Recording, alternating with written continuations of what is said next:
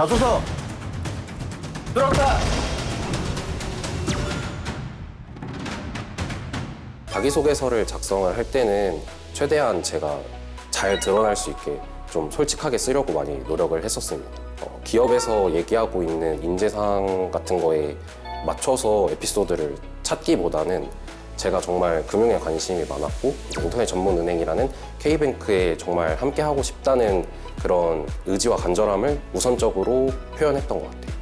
자소서의 경우에는 태도와 논리가 가장 중요하다고 생각을 했습니다. 이제 많은 분들이 내가 무엇을 배웠고 무엇을 잘할 수 있는가를 좀 어필한다면 저는 제가 무엇을 해왔고 이를 통해서 제가 무엇을 잘할 수 있음을 좀 더 논리적으로 접근을 했습니다.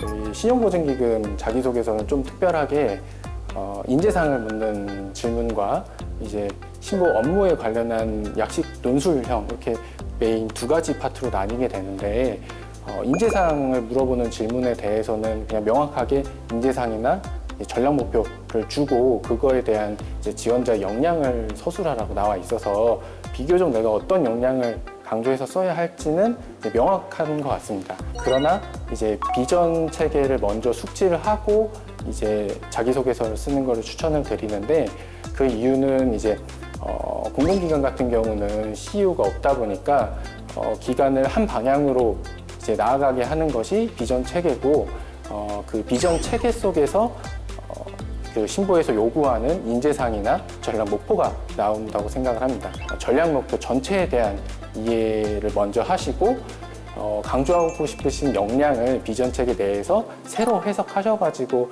작성하시는 게 조금 더 신보와 핏한 느낌을 주실 수 있을 거라고 생각합니다. 저는 우선 저의 스펙이나 자격증 위주로 자소서를 작성하지는 않았고 제가 해왔던 경험들을 좀 제가 지원하는 직무랑 잘 연관시켜서 자소서를 작성을 했습니다. 그래서 저는 서비스 기획 직무 인턴을 했었는데요.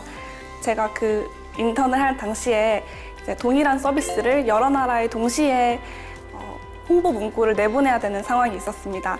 그때 각 나라의 담당자분들과 소통을 하면서 되게 좋은 프로모션 결과를 이끌어냈던 경험을 저의 소통 역량을 강점으로 삼아서 제 소통 역량이 영업관리 직무에 어떻게 잘 활용될 수 있는지를 연결해서 그 부분을 자소서에 가장 강조하려고 했던 것 같습니다. 필기 보겠다.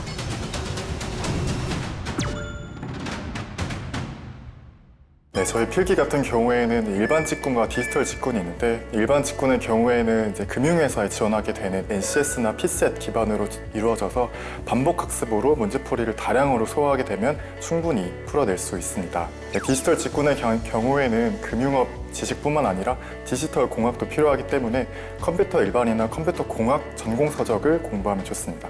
필기의 대표 키워드는 끈기라고 할 수 있을 것 같습니다.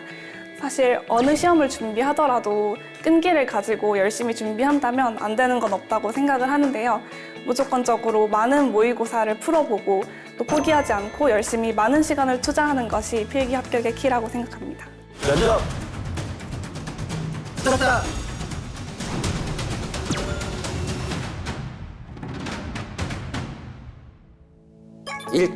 일대 3 그 면접으로 화상 면접으로 진행을 했는데 1인당 40-50분 정도 면접을 진행을 했거든요. 그래서 굉장히 밀도 높은 면접이었다고 지금도 기억이 나는데 그때 제가 약간 필승 전략으로 삼았던 거는 일단 제가 가지고 있는 콘텐츠를 최대한 많이 말씀드리자 하는 거였습니다. 제가 평소에 이제 K뱅크에 입사 준비를 하면서 생각해왔었던 아이디어들이나 이런 것들을 최대한 많이 말씀을 드리려고 했고 면접 과정에서 그런 이야기를 드리다 보니까 자연스럽게 제가 가장 잘 알고 있는 제가 가진 아이템들에 대해서 질문이 많이 왔었고 거기에 대해서 자신감 있게 답변을 드렸던 게 좀 좋게 작용을 했던 것 같습니다. 사실 모든 지원자분들마다 다 면접까지 왔으면은 뭐 경험이나 그리고 스펙이나 다 출중하실 텐데 무엇보다 가장 긴장을 하지 않고 이제 앞에 계신 임원분들은 저 개인적으로는 이제 사실 오늘 보고 안 볼 수 있는 아저씨들이다 생각했던 게 가장 큰 필살기였던 것 같습니다. 필기 시험이나 자기소개서에서 이미 저에 대한 기본적인 역량은 검증됐다고 생각을 했고 면접에서는 이제 면접관 분들이 이제 저와 함께 일할 수 있는 사람이냐 이런 거를 이제 판단한다라고 생각을 했거든요.